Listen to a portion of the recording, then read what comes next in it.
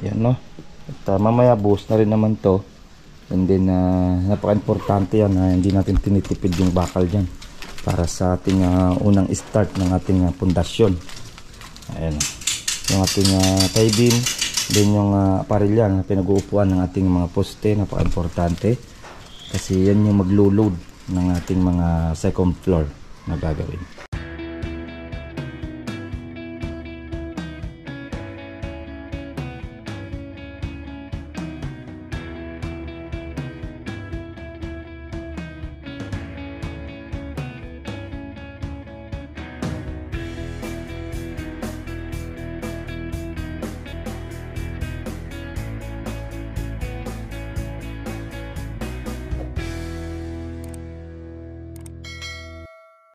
Ayan mga boss, konting pasilip tayo sa ating project sa Block 18 ng Limabrosa Phase 3. At ayan, magta-tibing na tayo mga boss, minubuhusan na. And then Lunes na. At pupuporma na natin doon. And then papadeliver na tayo ng hollow blocks para maasintadahan dito. Okay, tara check natin kahit konting pasilip. Ngayon na araw na nga Sabado, payday natin ngayon boss. Let's go. Ayan mga boss, at maulan na umaga. Ayan, natayo na yung isang poste. Ayan, sa poste na lang naman ang ano yan. Sa gate ito isa, and then yung tie beam natin, ayan na rin, may kabit na yung ating tie beam. Ayan na, ayan.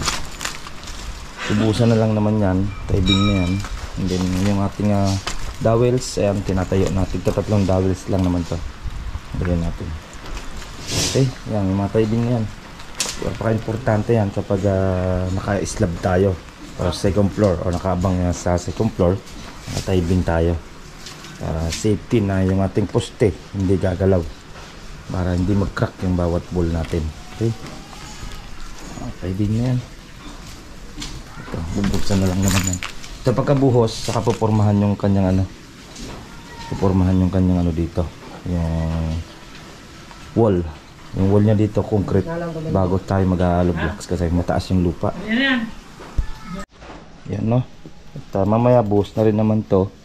And then napaka-importante yan na hindi natin tinitipid yung bakal dyan para sa ating unang start ng ating pundasyon. Ayan, yung ating tie beam, then yung aparelya na pinag-uupuan ng ating mga poste. Napaka-importante kasi yan yung maglo-load ng ating mga second floor na gagawin. Ayan. Okay.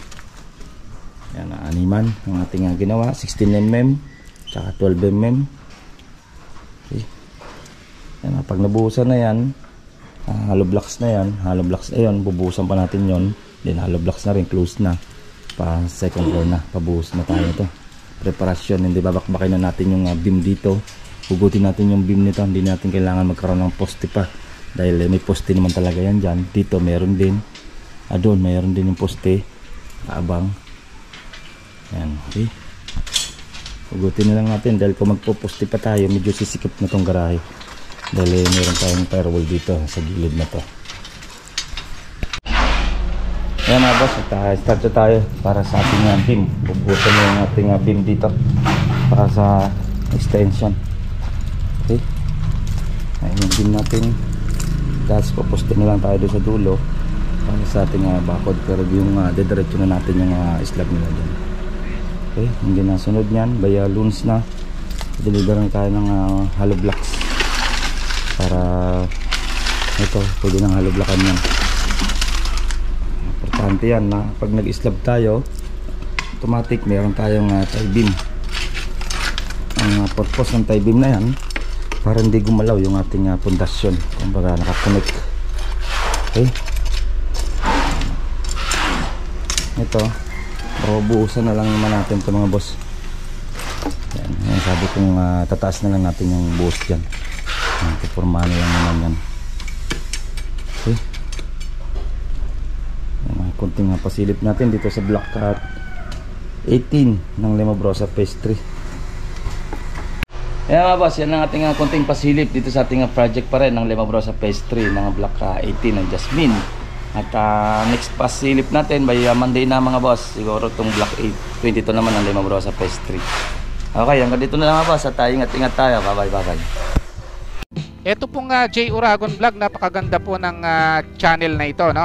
Tungkol po ito sa construction. Actual construction po ang channel na ito, no? Pag pinanood nyo po ito, panalo po kayo sa channel na ito. Napakaganda po ng mga video niya. Lalo na pong magaganda, no, yung mga iba't ibang design niya. Kakaiba po yung mga iba't ibang design niya sa mga kisame. Subukan nyo pong panoorin J Uragon Vlog na ito. Matutuwa po kayo pag pinanood nyo po yung mga video niya. Maraming salamat po.